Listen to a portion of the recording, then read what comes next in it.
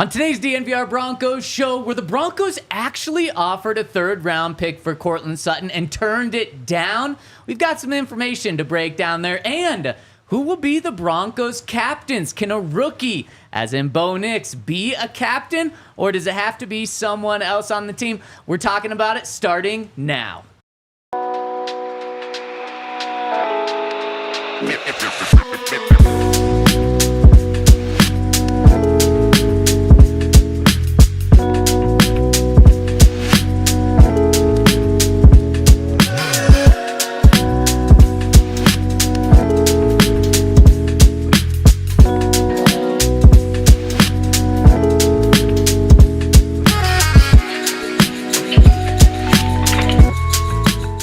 The Broncos are back, baby. It's game week here in Broncos Country, and I am fired up, fellas. Happy game week. Yeah, it's time, man. And we start once again with the Seattle Seahawks.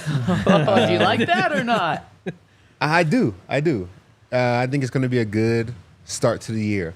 And you got to kind of like get over the past demons in order to kind of move forward. So I think the Seattle Seahawks week one last year, didn't start off good, and the whole year kind of was not good. So let's start this year off right. Get some of that bad juju out the building. Yeah, it just stinks that whenever you say Seattle Seahawks week one, your mind just goes back to that horribly negative experience. Well, which part? I mean, because there's so many parts. My brain immediately goes to the 2 fumbles on the 1 yard line. Oh, yeah. Crazy. But then there's also the field goal decision. Yeah. There's also then maybe the worst part about this game when I really think about it is it was a Monday Night Football game, so they were doing the Manning cast, and Peyton Manning was live on the Manning cast, and he called timeout.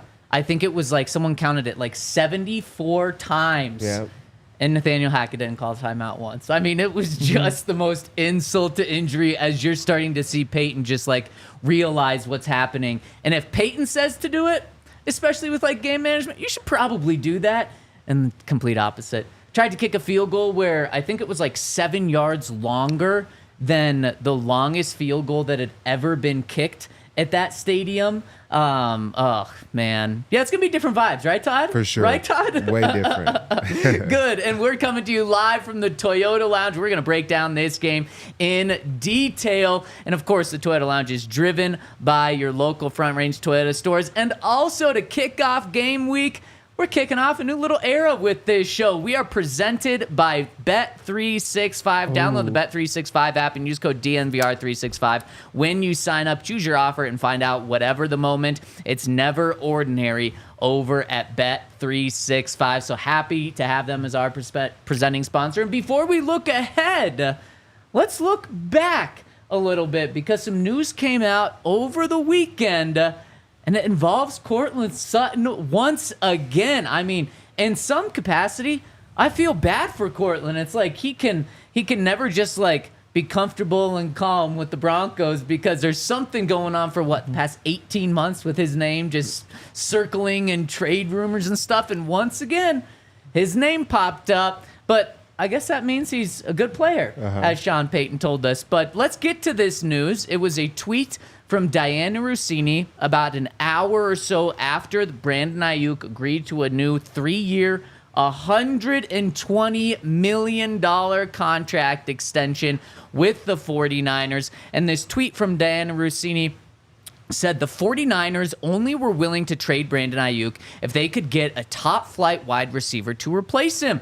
They offered a 3rd-round pick to Denver for Courtland Sutton and then would have dealt Ayuk to the Steelers. But the Broncos declined the offer, so he stays in San Francisco. So according to Dianna Russini, there would have been this massive trade where the Broncos would have been without Courtland Sutton and been going up against Brandon Ayuk in week 2. But George Paton and Sean Payton said no. When you originally hear of that deal, Todd, what do you think? First thing I think about is like the money because Brandon Ayuk just got a massive deal. And usually when you trade for somebody and you know they want more money, you already have factored in, like, we're going to get him and then pay him. So does that mean that Courtland Sutton would have got a bigger bag than the adjusted contract he got for like $15 million a year now? Yeah. I don't know. But that's the first thing my mind goes to is, like, what if Court would have ended up in San Fran? what numbers would he have gotten as far as a contract? That very fair. What do you think Court thinks when he sees this? Do you think he's like, oh, good, I didn't want to be there? Or do you think he's like, damn, probably more money, and I would have been with the Super Bowl contender this year? Yeah, it's tough. I mean, you love where you've been, but you also can see the green grass on the other side. Literally. They've been really good for a long time. Yep. Their offense is potent and knows how to put guys in the right position to win. I mean, how could you not love it? I know you could love everything that's going on here, but the grass does look green over there. Yeah, and I mean, he would fit in perfectly too. Because, first of all, there's no attention on him. Like, everybody's looking at Christian McCaffrey, George Kittle, Deebo Samuel. And those guys don't, they don't take his role either. Like, he still gets to be, your big number one, X receiver out there, getting all his ice. So maybe Deebo does a little bit of that. But for the most part, he gets to do exactly what he's done in Denver. But he also has 3 guys who are stealing all the attention from him, which should make his job way easier. It's a really good point. Such a good point, Henry. And the first thing that I thought when I saw this was, no way, I don't believe this. And Really? what I didn't believe about this was the 3rd-round pick part. Because I have been told since the spring that before Jerry Jeudy was traded, that the outside value, Broncos Country, how much they value Jerry Jeudy and Courtland Sutton, was not what other teams, in terms of a trade, valued those guys. And I think we saw it. Last year the Broncos wanted a 1st-round pick for Jerry Jeudy. I think this offseason, Broncos Country was hoping to maybe get a 2nd-round pick back for Jeudy. What did they get? A 5th and a 6th back for Jeudy? The value between what Broncos Country and fans thought Jerry Jeudy was and wanted for Jerry Jeudy was so different from what they actually got. And what I've been told was that was the case. I heard that before even Jerry was traded, and I heard that was the same with Courtland Sutton too. So the Broncos wanted a 2nd last year. Courtland did go out and have 10 touchdowns, so maybe his value kind of stayed where it was, but I think that it was still so far off from where they actually wanted a 2nd last year. I think a 4th would have been it. Maybe at most. A lot of people thought Jerry was more valuable than Courtland Sutton, so I mean, I think we're talking a 5th or a 6th, so I was shocked that the Broncos were offered a 3rd-round pick, and I was thinking, I don't know if that's really true. But then you get to thinking man, if they were offered a 3rd-round pick, should they have taken it? If that was the case, should they have taken it? No. I mean, we've talked about it all offseason. This, especially earlier in the offseason, but a 3rd-round pick, you don't take it. He's your number one receiver. And the reason why he's more expensive now is because the 49ers are swooping in, trying to take a team's number one receiver 3 weeks, a month probably before the season starts. If he was a 5th-round pick before, he's a 3rd-round pick now because you've already figured everything out. So to me, we've talked about this a bunch, but you don't take the number one receiver away from a rookie quarterback. If you do that, you're just setting him up for failure and to need to draft another rookie quarterback with a 1st-round pick in the next year or two. Wait, so you think Bo Nix's success relies on Courtland Sutton? I mean, In some big ways, part of it, yeah. Really? Don't you? I think Courtland Sutton can help him for sure, but I do not think his success relies on him. And I think that Not 100%. I think he plays a big part. if you're the guy, if you're going to be a franchise quarterback, I don't think one receiver makes or breaks you. I don't know. I think you look disagree. at every Hall of Fame quarterback; they've all had one dominant receiver. I'm not saying that Reggie Wayne and Peyton Manning are the same as Bo Nix and Courtland Sutton, but I do think that a great receiver makes quarterbacks better, and every quarterback needs one. I mean, you can't have Patrick Mahomes without Travis Kelce. It doesn't work. You need somebody out there that's going to be able to catch your balls. You know what I'm saying? You need someone there. Okay, so let's just look back at last year. Who was Nico Exactly. Collins 12 months ago? Oh, Yeah, I mean, exactly. but definitely. But I think No, who was Nico Collins 12 months ago? we didn't look at those receivers the same way. But at the same time, at this point, we also look back and say, what if C.J. Stroud had gone to the Panthers and Bryce Young had gone to the Texans? Would those stories be totally different, or would the receivers with the Panthers be as good as the Texans receivers now? Yeah, probably. I think a guy's a guy. And if a guy can play... Now, obviously, situations do help. And I'm not trying to take this away from Courtland Sutton. I think Courtland Sutton is a great option for Bo Nix and a great safety net. And we saw the plays that he made last year that really helped Russell Wilson out. The 10 touchdowns, including 3 or 4 plays that maybe only 1% of the receivers in the NFL can make, so literally only a handful, and he made them for him. I think Courtland Sutton is a big help here, but I think the answer to this question, I can see it going both ways, but I think the answer to this question, if the Broncos were truly offered a 3rd-round pick for Courtland Sutton, would tell us how they truly, truly feel about this season. Are they more so looking ahead to next year? Then you do take the 3rd-round pick. A 3rd-round pick is very, very valuable. How good is Jonah Ellis? He's really good. A lot of promise, right? Yeah. I mean, there's a lot of hope. I think we've all seen it on the football field, but I think inside the building, maybe they're even higher on him than the outside, and I think the outside of the building's really high on him. He was a 3rd-round pick. Yeah. And so that's how valuable those spots can be. Obviously, you can miss out on 3rd-round picks, but if they were to move on from Courtland, you are taking a big piece away from Bo Nix this season. And if they would have said no to the 3rd-round pick truly, I think it shows us that, man, they do think that they're making a push this year, which I do think Sean believes that they're making a push. But I think that would have been more telling than really anything they've done this offseason, if they take that or not. Yeah, I think that not taking it, shows that, they want to play and they feel like they have a team that's able to compete this year. And I think it shows how valuable they feel like Courtland Sutton is. Like you said, a 3rd-round pick is not chump change. It's very valuable. So for them to say no goes on that, I think it shows that Courtland is better than a 3rd-round pick if they were truly offered that. Yeah. But did they say no to that deal? We've got some insight from Sean Payton that I want to get to after I give a shout out to our friends. And did you guys just hear that jingle? Because I heard it. Empire Today. Oh, wow. They are back. And actually, we're sitting right now. Are we sitting on the new Empire floor? Yeah, I guess we're sitting on it. We're sitting on chairs, which are sitting on a carpet, which is sitting on the new Empire Today We're not flooring sitting on the floor. that we have. So what are we? Are we Sitting on chairs. which are on the floor? So are we sitting on the floor? I guess you could say that. Yeah. I mean, we're mean- not crisscross applesauce on the floor. I guess. Yeah, well, we can go with it. But over at Empire Today, they are giving our listeners $350 off new floors if you go to empiretoday.com/DNVR. And with Empire Today, you get shop at home convenience with the right products for your needs, quick and professional installation, and a price match guarantee. This floor was swapped out a couple of months ago, done by Empire, and it was done, I think, like overnight, because we were here, we had these really old floors that, I mean, were literally like coming off the ground. And then the next day, these beautiful new floors were in. We didn't have to worry about like stepping on nails like we had with our previous floors. Yeah. It's finished perfectly. So they do it quick. And the cool thing is you can pick out so many things online. Empire Today is the best place to get new flooring. So they don't have copycats, but they can't beat, or they do have copycats, but you cannot get beat with their quality, service, speed, and advertising, low quality products that we simply won't carry. So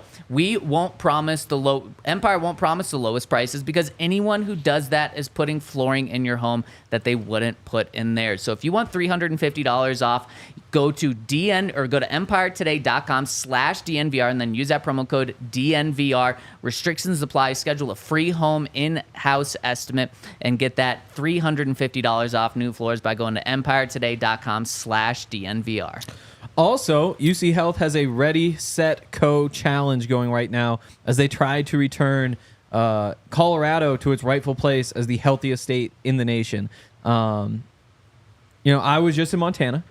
And so over the summer, I did a really good job being healthy. I was like eating well, was going to the gym sometimes like twice a day. And then over the course of training camp, I showered almost every time I went to the gym. Over the course of training camp, like early on, you do a good job getting there every morning at like 6 a.m., but then it kind of tails off at the end. And then I went to Montana, which was not super healthy. But it's time for me to get back to my grind. And, the UC Health Race Set Co Challenge will help you do that, because it isn't about making these huge life changes. It's about just the little things, like going to the gym in the morning, eating healthy. Also shout out, we have our Chief Motivation Officer, Coach Prime. I hadn't seen this picture yet. I love that. I haven't either. But it's like Cowboy Prime there. Cowboy Prime wants to help everybody become a little bit healthier, and again, try to get Colorado back to its rightful place as the healthiest state. Be mindful, eat better, go outside more. If you just take 20 minutes a day to disconnect from life and connect with yourself, it'll really help you out. And if you want to join UC Health's Ready, Set, Co challenge, click the link in the show notes or go to uchealth.org/readysetco. So this, what? I just repeated what you said. Sorry.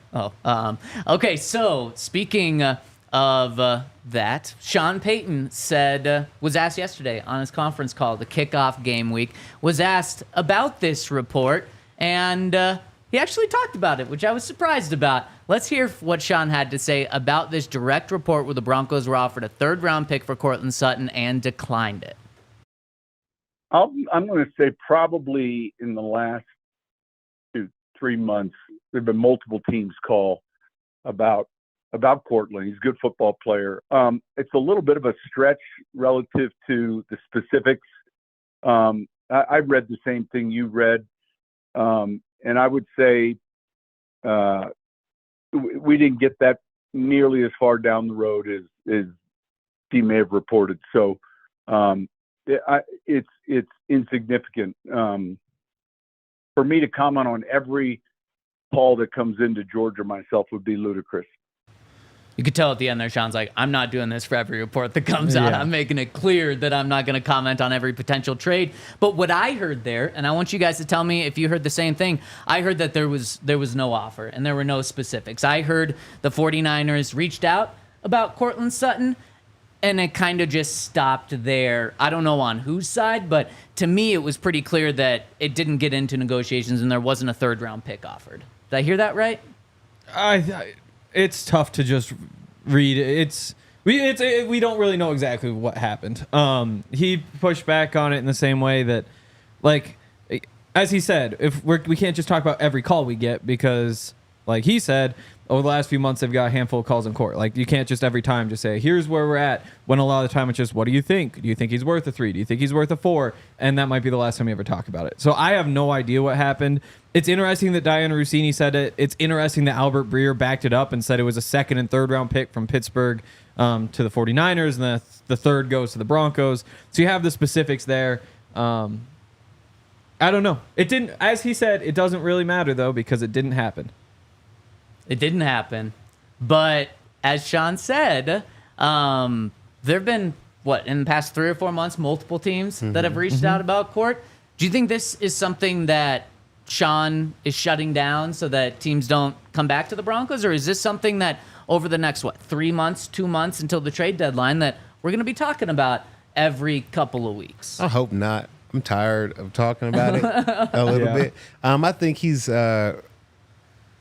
proven his worth, I think, as a player, and I don't think he needs to be constantly on the trading block. So I think it's time to kind of just settle in and let's go play a season and not have, one of our best players worried and thinking about whether he's getting traded or not.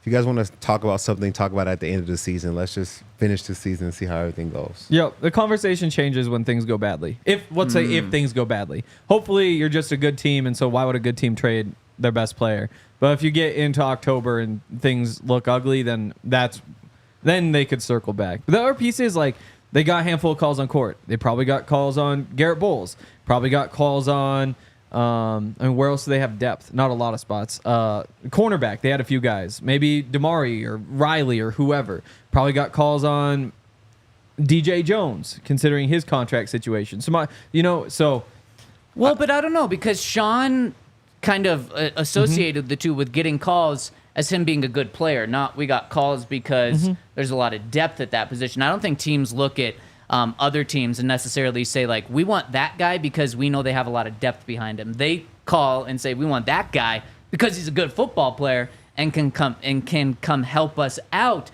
So, Todd, I agree from, like, a Broncos perspective. It's like, man, let's just have these reports stop coming out so that it can be focused on this year, and it can be focused on Bo and Court, and it can be focused on Seattle. But then isn't it also good, like Sean said, like, he's a good football player. People want him on their team. Isn't it good if people are still reaching out about your own players, because it means at least you have some value there? I mean, it sounds good, but like you said, when you have a good team, you're not trading away your best players all the time. So, I mean, if they call, just shut it down and keep it moving. We don't need to talk about it anymore. Yeah. and then don't have these reports come out? No. See, and someone in the Twitter chat, Zach Johnston, a fellow Zach, said he didn't hear what I heard at all. I heard Sean, completely dismiss. He said it didn't get that far down the road. And so when it doesn't get that far down the road, to me, that means that there was no, the Broncos officially declined a 3rd-round pick that was on the table. Who knows exactly how far that road had got down, but to me, Sean seemed very dismissive that it even got to a 3rd-round pick and that it truly even got to negotiations there. Because if the 49ers do say, here's a 3rd-round pick, the Broncos have to accept their decline. It's not just still out there on the table. Unless it is, but that's not what I think would happen. Well, it's probably more so the Steelers and the 49ers had that conversation. It's 2nd and 3rd, kind of sounds right, but the 49ers need the receiver. And so the 49ers see Courtland Sutton's an option. Or so it's what would you guys think of a 3rd? Could that be possible? Or then they reach out to, I don't even know who else, the Panthers with Thielen, who could patch the gap for a year. And say what would you think of a 4th? And so they might have reached out to 8 teams and say here's kind of what we're looking at. What do you think? Without it actually getting to a firm offer. Yeah, again, it's a lot of just speculation. It is interesting though that you get the 2 reports that one of the ideas was Courtland Sutton. Yeah, and I wonder where this would, where it would be coming from. Because I don't think it would be. The interesting thing is Dianna Russini was in Denver 10 days before this report. Obviously close enough with Sean Payton to get one of the 2 exclusive, or one of the 3 exclusive sit-down interviews with Sean during training camp from a national media member. So she's close with him. But Sean said yeah, I read this and essentially it's not true. So it is interesting where this would be coming from. I don't really know. I don't think it would be Denver because then I don't think Sean Payton would dismiss it. The reason it would be from Denver is just trying to drive Court's price up, but I don't think it was Denver. And after the fact, I don't really know why San Francisco would put that out because they just re-signed Brandon Ayuk. Wouldn't they want to say no, we didn't have this deal on the offer. We weren't wanting to trade Brandon Ayuk because we want him to be ours now that we're paying him $120 million to be ours. Yeah, I think it just could have come up in conversation too. I don't think anybody has necessarily try to put it out.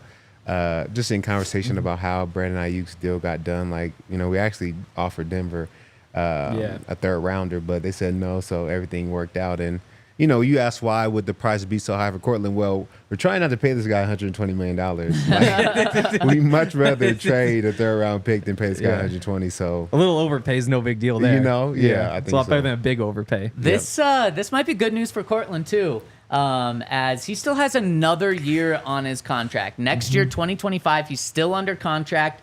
0 guaranteed money. When they gave him the additional $1.5 million in incentives this year, it didn't do anything for next year. No more money is guaranteed, so he enters next year with 0 guaranteed money. This year he had, I think, $2 million in guarantees. Next year, 0 in guarantees, and it's still on a very affordable, $13 million in cash there. Obviously, the Broncos could change that. They could give him an extension anytime. Now, in December, in March, they can change that if they want. But I think this is good news for Courtland because in that tweet from Dianna Russini, now, not everything that's tweeted is accurate, but she said the 49ers wanted a top-flight receiver in return, and they went after Courtland Sutton. So I think Courtland's agent's probably going to, go to the Broncos next year and be like, they wanted a top-flight receiver in return. Well, Brandon Ayuk, they're obviously calling a top-flight receiver because they're getting rid of one. He just got $30 million. Courtland is a top-flight receiver to some other teams, maybe not to you guys, but to some other teams, and he's only making $13-14 million. And we're not looking at a $2 million raise here. We want additional $10 million or something like that. So I think this is all very good news from Courtland Sutton's side. And the Broncos are clearly saying we value enough to not go down that road far enough to even get offered something in return. We're kind of cutting it there, and it makes sense for Bo Nix and for Sean Payton's offense and for this full year as kind of this new team and going young at some spots, but not completely abandoning all the veteran presence there. And Courtland is clearly, especially after moving on from Tim, Courtland is by far the Broncos' #1 receiver right now. It is Courtland is the one, and then a big drop down where there's a lot of other guys competing for that 2 spot. But there's no competing right now for Courtland's one spot right now with the team. No, he's the man. And I feel like, honestly, he shouldn't have to be in this position again next year. Like, he shouldn't have to hold out. He shouldn't have to wait for a contract. Like, if he's balling out throughout the year, we give him a contract like week 12, week 13, and call it a day and move on with the rest of his career and the next season. So I just wouldn't want him to ball out again and, then be stopped by the Broncos because, like, hey, there's no guaranteed money, but you're technically under contract, and then go through this whole, are we going to trade you? Are we going to keep you? I don't want that to happen again. So no matter what, I think the Broncos should take the next step first if we're going to keep him or whatever we're going to do going into next year. So it's not this big question mark over Courtland Sutton's head for a whole nother season. And I'd love it if they just extended him right now, because there is a big piece of me that really thinks he goes out there, has a 1,000-yard season, and all of a sudden his price goes way up. And, are the Broncos willing to give him $20+ million a year? Especially because they've been so hesitant to commit to him for the past year or so. It might make sense. I'm not sure what the number would have to be to get it done now. I would love if they did, mostly because you look at the receivers on the market next year. You've got Stephon Diggs there. I don't know that I want to bring him into this situation just because of the personality things that sometimes come up. You go through... Hey, he was just named the captain for the Texans. How about that? I think you kind of have to, right? Like, it's kind of like you make him a captain almost as a way to ask him to behave like a captain. Oh, that's so bad. Oh, it is bad. But that's why you just don't bring him in the first place. I don't know how many captains the You don't think that Texans happens? named. No. I don't think they. It happens. You would know. I'm definitely not going to fight that. I don't think they had to name him though. I mean, they have C.J. Stroud, Laramie Tunsil. Sometimes you only have two captains on one side of the ball. So I mean, I didn't think they had to. I mean, you're just opening a can of worms. We can get into that a little bit later. Which we will get into a little bit later. But then you look through, T. Higgins is a good receiver. I'm not convinced he's that much better than Courtland Sutton. Plus, there's going to be a whole bunch of people trying to go get him. And then the rest of the list, Keenan Allen, Amari Cooper, Chris Godwin, Brandon Cooks, Deontay Johnson, DeAndre Hopkins, Mike Williams, Robert Woods, Marquise Brett. Some decent, good players there. A lot of them older, some of them with injury concerns. If you can just lock Courtland Sutton up for a few more years, you can still even go draft one next year, have him overlap for a couple years before you move that money. I think it would make a lot of sense in a lot of ways because you just don't have a number one waiting in the wings unless Devon Bailey's that guy and he's a 7th-round pick who hasn't actually played an NFL game yet. Yeah, Hank, I totally agree with you, but now Courtland's agent comes to the Broncos and says, you know what? We'd like to get extended too. We'd like some guaranteed money. Let's do 4 years, $100 million, $60 million guaranteed. That's delusional. Is it? I think so. That would make him tied for the 11th highest paid receiver in the NFL. Yep. That doesn't seem... You just said how Courtland's... And we all said how Courtland's the clear number one on this team. They'd just be paying him like a number one in Courtland's eyes. How is that delusional? That's the deal that you give him if... say it's mid-November and he's on pace to have 1,200 yards and another 10 touchdown season or close to it. Maybe those numbers might be a little bit high, but I think the reason you do the deal now is to give him security without having to give him the massive contract. I don't think they do the deal now.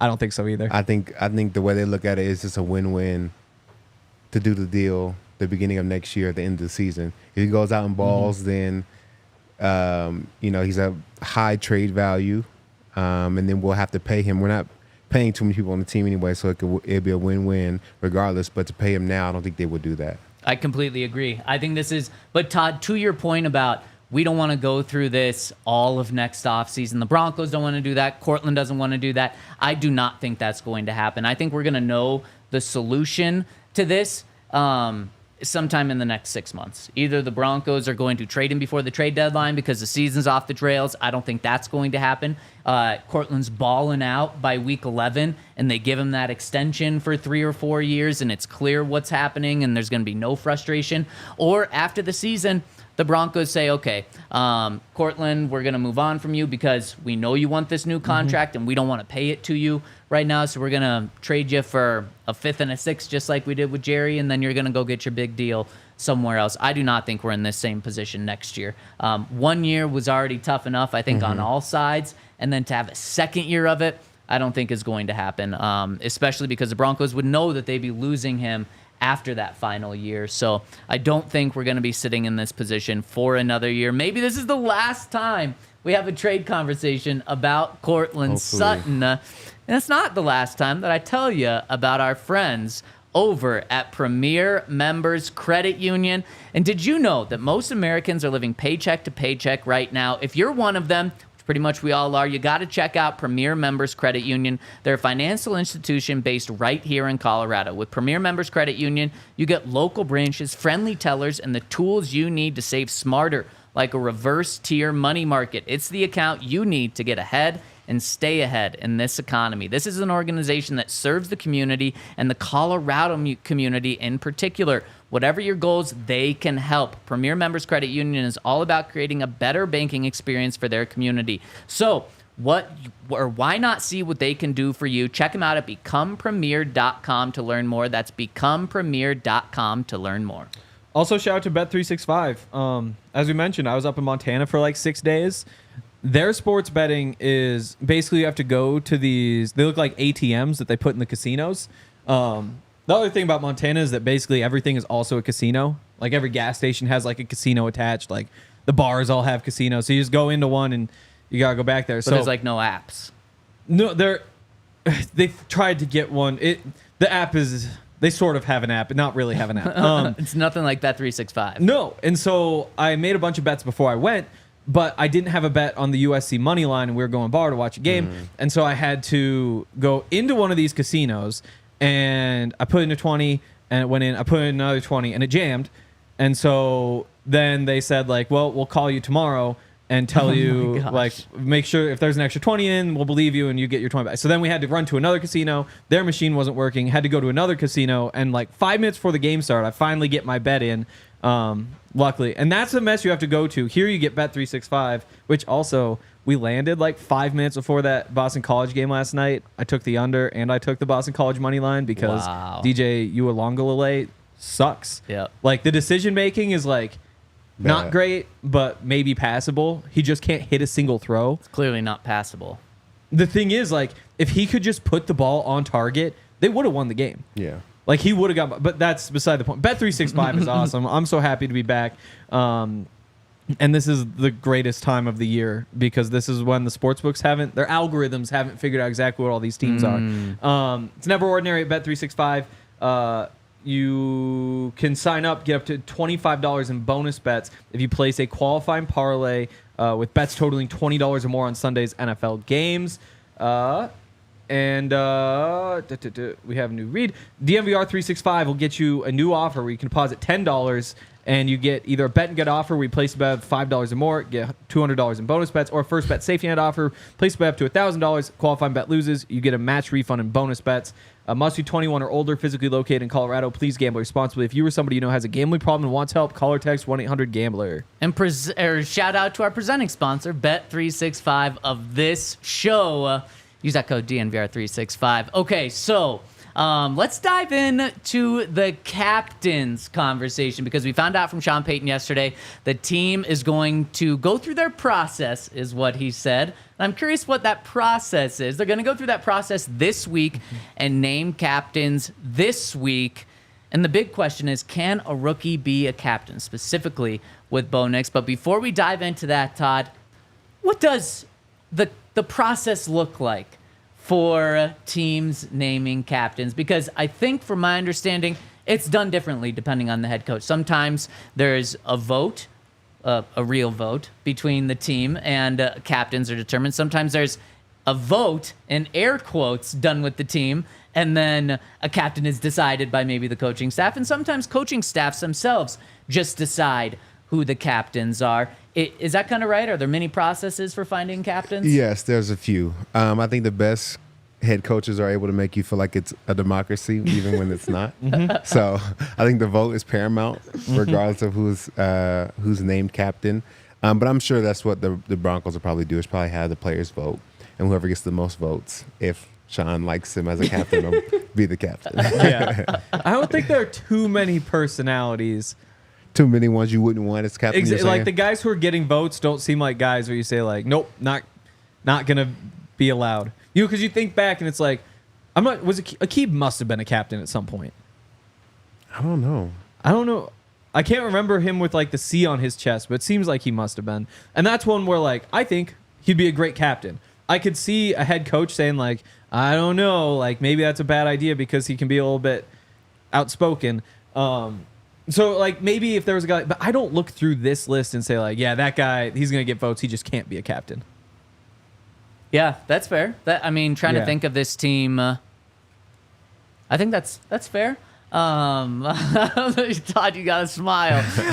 So last year, according to Sean, players did vote on this, and it ended in a very interesting captainship. Mike McGlinchey, still on the team. Riley Dixon, still on the team. And that's it of guys that were named captains that are still on the team. Russell Wilson was named a captain. Courtland Sutton was also named a captain. I'm sorry. So 3 guys that were still on the team. Russell Wilson named a captain. He's gone. Justin Simmons named a captain. He's gone. Kareem Jackson named a captain. He's gone. So the Broncos are replacing both of their captains on defense and their quarterback captain on offense from last year. Being named a captain last year wasn't as great of an omen as you would think it would be. No, it didn't work out too well for most of our captains. But hopefully this year is better. And it's tough because you have a lot of like first-time captains. I feel like the Broncos will have, or younger guys. Don't you think that's something Sean wants, though? Because it's all about kind of creating his culture, and now it seems like he really feels like he has his culture here. And now it starts with new leadership for the most part. Like, I think we'll go through some of these guys who were captains last year, probably will be captains again, but a lot of new energy and culture, not just within the room, but from the top down. Yeah, I think it sounds good, but I think that if you look at the guys who will probably be captain again, let's just say Courtland Sutton, you still want guys to follow his lead, whether it was last year or this year. You know, whether no matter what year of his career, I think he's still somebody you want to follow. So I think it's less about age and it's more so about, is this person really a leader? Is this person I really want to be the secondary coach on the field? Like, is this the person I want to stop a meeting and say something if something needs to be said, or yell at Bo if he needs to yell at Bo, or like, is this the guy? And I think it's less about age and more about like personality. I like that. So let's go through the captains from last year and talk about if they'll be captains this year. And let's start with the guy we've been talking about, Courtland Sutton. Captain last year. Will he be a captain again this year? Absolutely. I say yes. It depends. Well, because they did the 3 offensive captains last year. Yep. If they do 3 offensive captains this year, I think Court's definitely one of them. But if they do 2, it could be interesting. Because again, like Bo's right there. And so if Bo takes one of them, then there's one left. And I look at Court, maybe McGlinchey, and Quinn Miners is kind of like the dark horse who could take it from Court. I'm curious. I would think that you'd have to have a big guy on the offensive line, especially with the way this team is built, be a captain. So I agree with you there. I think you did 3 last year. You can absolutely do 3 this year. And I think Court is definitely a leader of this team. My only question, and Todd, for you, he missed all of the offseason program. He chose to do that. Now, he came out and said that obviously there was some contract stuff going on, but he also said that he was with his person rehabbing specifically from a little procedure he had done in Florida. But does that impact it at all when a player misses the entire offseason outside of mandatory minicamp? Does that impact a captainship? I'm like, we're not going to hold that against them forever, right? Like, No, I'm asking, would that impact it? Not at all. Like, Okay. I don't think anybody has thought about it since the first day of training camp. Like, Fair. or since he even came back from OTAs. I don't think one player has thought about it. Then if that's the answer, he's a captain. Yeah. You don't take it away from him because who else are you going to give it to? You could give it to Javonte, I guess, but are you going to pull it from Court to do that? I don't think so. So I think personally, Court's definitely still a captain. I agree with you, Todd. And then on the offensive line, does it stick with McGlinchey or does it move somewhere else? I personally think Quinn would be a good captain. He is somebody that you want guys to follow. I think he can take on the leadership aspects of it now. And I also think Garett Bolles is a good leader. GB is going to have a lot to say at times, which you got to love. But I think he would be a great leader too. Bo, does he just automatically become a captain because he's a starting quarterback, or is that something you have to earn as a rookie? It's a tough one. That's what I think you have to earn that. Let's dive into this, but I think it's a longer conversation. So I first want to give a shout out to our friends over at Game Time, where they've got a new feature over at Game Time. It's called Game Time Picks. And what's really cool is they have so many, it makes getting tickets actually a lot easier. And just look at that user interface that we've got pulled up on the screen right now. It's so easy. There's the all-in feature where if you turn that on, you see exactly how much each ticket is going to be with fees included. So you don't pick a ticket for $100 and then get to checkout and it's actually $250 because they added $150 in fees. No, you get to know right away. And the cool thing about Game Time's app and online gametime.co is when you click on a ticket, you get to see the exact view that you're going to have. So you're not going to be surprised when you get to the game and it's a much worse view than you think. And Game Time Picks makes it easier to get tickets because it filters out the fluff to show you only incredible deals on great seats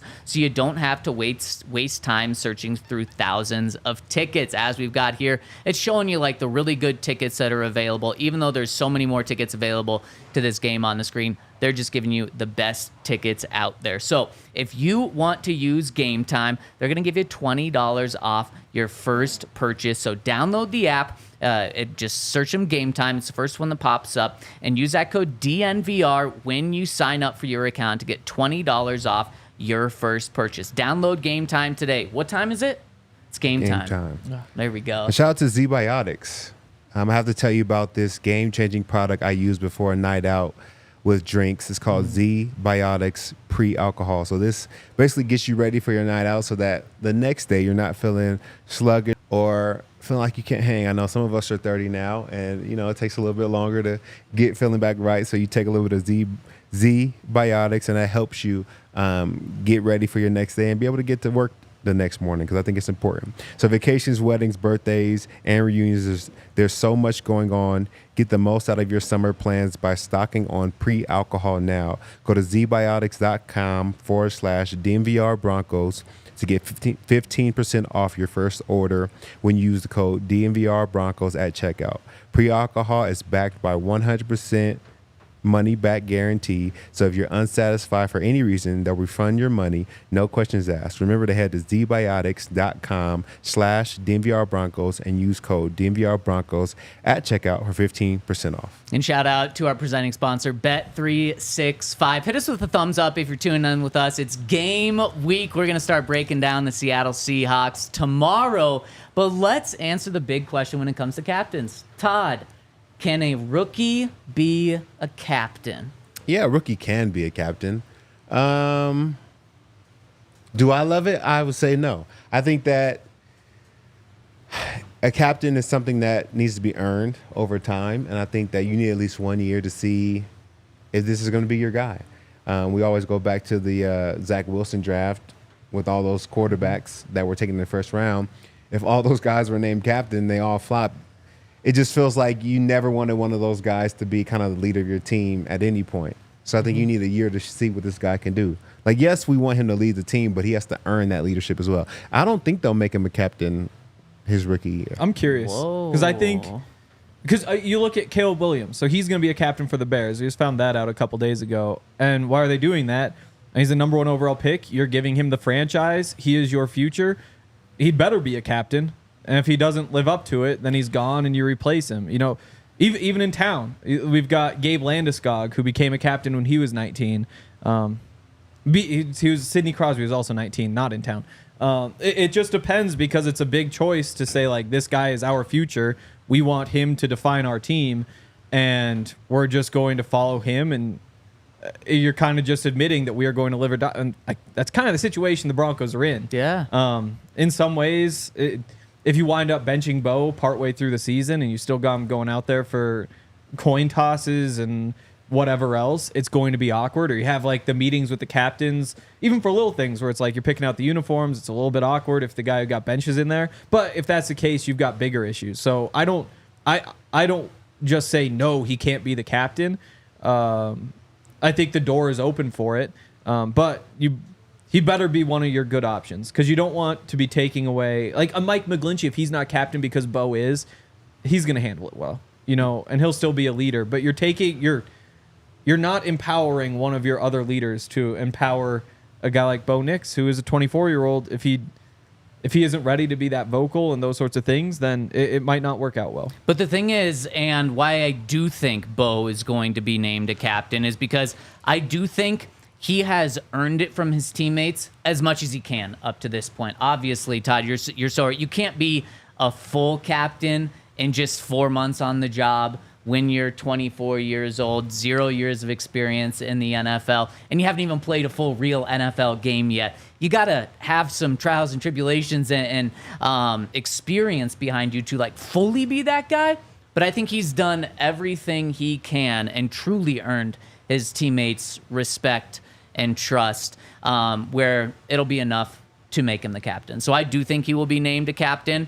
And if it's not from the vote, I think Sean Payton might add a couple of votes in there, because he also 100% has the backing of the coaching staff.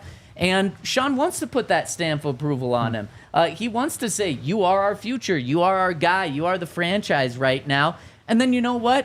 If it all boils away and doesn't work out, then you just give the captainship to another starting quarterback next year. And you move on, and it is what it is. But I do think that he will be the captain, especially because, Todd, you said that rookies can be captains. Even if you don't like it, the fact that they can be, he's going to be. Yeah. Well, see, for me, I think it's something that should be earned. So, like, I remember 2015, I was a captain on special teams, but I didn't become a captain until like after week 10. Like, we added one more captain for, I think, offense, defense, and special teams, and that's how I became a captain that year. And I think that's because I earned it, not that, not to start the year, but throughout the year. And I think that's a similar thing that they could do with Bo this year, is that you name 2 on offense, 2 on defense, 2 on special teams, and then 12 games in, you add one more, so it's 3-3, or just offense and defense, so it's 3-3. Especially with the way this team is built and the kind of question marks all over the roster, it might make sense this year in particular to do it that way. I don't think they will, but I like that. The other thing, I was talking to one of my friends this weekend he was a receiver his senior year of high school, a sophomore as a quarterback, and there was nobody really pushing him. It was just like, this kid's going to be the starter next 3 years. And he voted for him for captain because you need to empower him. Like, you need him to feel like he's a leader of the team. Like, give him the confidence. Is that a bad strategy? No, I don't think so. But again, I think it kind of goes back to that conversation that we have with Courtland Sutton and Bo. If you need to give the C to Bo to make him feel empowered, is he really that leader that you want? I don't think Bo needs that C on his chest in order to feel empowered. I think he has those leadership traits or doesn't have those leadership traits. And I personally do think that Bo does have those leadership traits. But I think if you need to put a C on someone, that's a bad sign right there. And I don't think that's the case with Bo at all. No, I don't think that's the case. But I think it works sometimes too. Mm-hmm. It does work, like giving a guy like a shot to go prove it, or like give him that extra vote of confidence. I don't think Bo needs it, but I see what you're saying. Mm-hmm. You know what I'm saying? But at the same time, he's a rookie, man. Let the rookie earn it. So then when it comes to the quarterback position itself, I think the quarterback should probably always be a captain, or else it's a really bad sign for your franchise and team outside of being a rookie. Yeah. I think a rookie is the one time where it's okay for that position not to have the captain with it. And it's something where if they wanted to wait until week 10, sure, I'm totally okay with that. I think that might be a cool thing to do, and truly have him earn it, especially if the Broncos are like 5-5 or 6-4 and making that push for the playoffs to have that be a little extra jolt. I think that would be awesome. But other than that, I think the captain or the quarterback always has to be a captain, even if it's total BS. Like Jacoby Brissett is a captain. Yeah. I mean, something like that, or Case Keenum. You know, like, oh, we just signed this guy. He's been here for a couple of months. He just had one good year with another team. He hasn't really done anything to earn it here. But we're just gonna make him a captain because he has to be. Otherwise, why'd you just sign this $18 million quarterback? That was a lot of money back then for the quarterback position. Why did you just do that if he's not good enough to lead the team? But I think this is the one exception where you don't have to force the issue. Is it a mistake for the Bears to make Caleb Williams a captain then? No, I don't think so. I think it's clear who the leader needs to be of that team, and I think I don't think it'd be a mistake naming Bo the captain either. And I think that's what they should do, and I think that's what they will do. Yeah. Because is there a difference? I don't think there is a difference between like Caleb Williams' situation and Bo's situation. No. Because when you spend a first-round pick on a guy and you say like you are our future, Pastor Chan was a first-round pick, or are you just saying only quarterbacks? I think quarterbacks in particular, you're kind of handing the keys over to them and saying these next 3 years, at a minimum, like the Broncos are going to live or die based on whether you are, and then you reevaluate. Unless things go horribly like they did with Zach Wilson, and then you're out after 2. But I mean, even I don't know. As Daniel Sapp says in the Toyota chat, says Pittsburgh named Russell Wilson a captain. I mean, Russ was just in a quarterback competition until 5 days ago, and they named him a captain. That's just kind of along those lines of like, if you're a quarterback, and especially if you're a veteran quarterback, you're just going to be named. I think that's the thing, for sure. You got to be a veteran quarterback. Because even Case, when he got here, he was a veteran. Russ is a veteran. He's been a captain for a long time. Like, Russ does a lot of good things where you want guys to follow him. Like, even though we didn't love his play on the field, like him as a person in the locker room, his work ethic, like, that's all stuff you want your captain to be doing. And I don't think it would be wrong for them to name Bo a captain. I don't think it would be a bad thing. I just think that he's a rookie.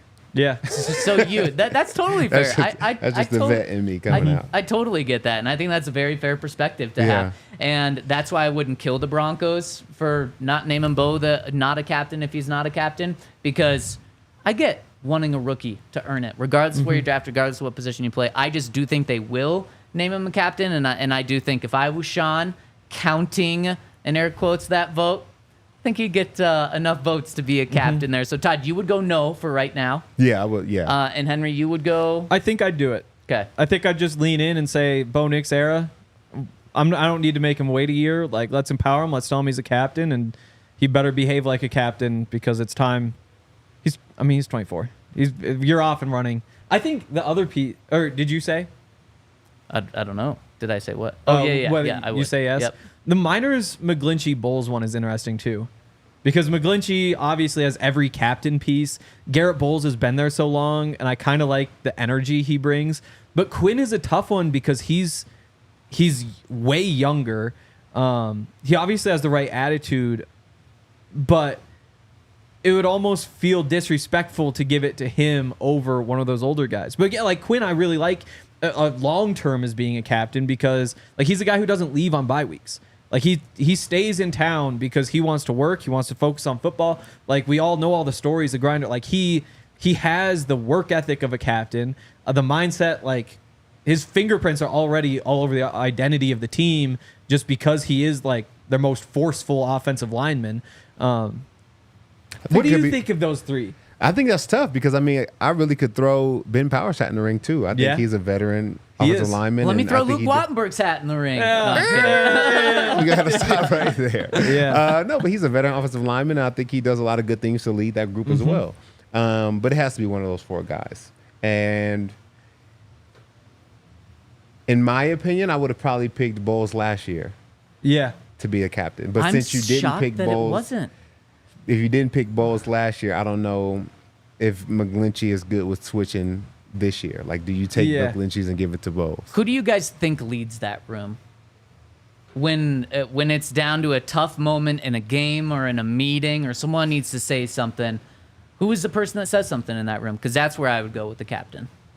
I think it's McGlinchey, but I think that if you make Miners the captain, then all of a sudden you flip that to him. And do you want him to be that guy? And that's up to the players to choose in their vote, you know, because I think turning the page and saying we want Quinn in those moments to be empowered to speak up, I like the idea, although it is a little bit more risky than McGlinchey. It's funny because for me, it's not just who says something; it's who says the right thing. Because I feel like all four of those guys speak. McGlinchey's like on the always saying sideline, that, they're all talking. Even Quinn speaks; he's not quiet. Like when they need energy, when they need to get physical, like Quinn is definitely the person that's talking. It's just that a captain has to be somebody who says what needs to be said when it needs to be said, and doesn't say too much junk that you're just like, oh man, please stop. You know what I'm saying? Yeah. So it's like a weird balance to try and find that guy. And that's why just the experience right now, because there are so many good options.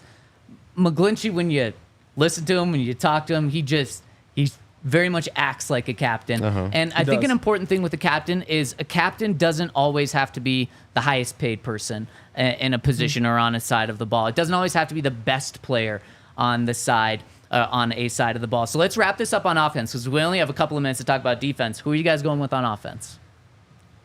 Courtland Sutton. Yep.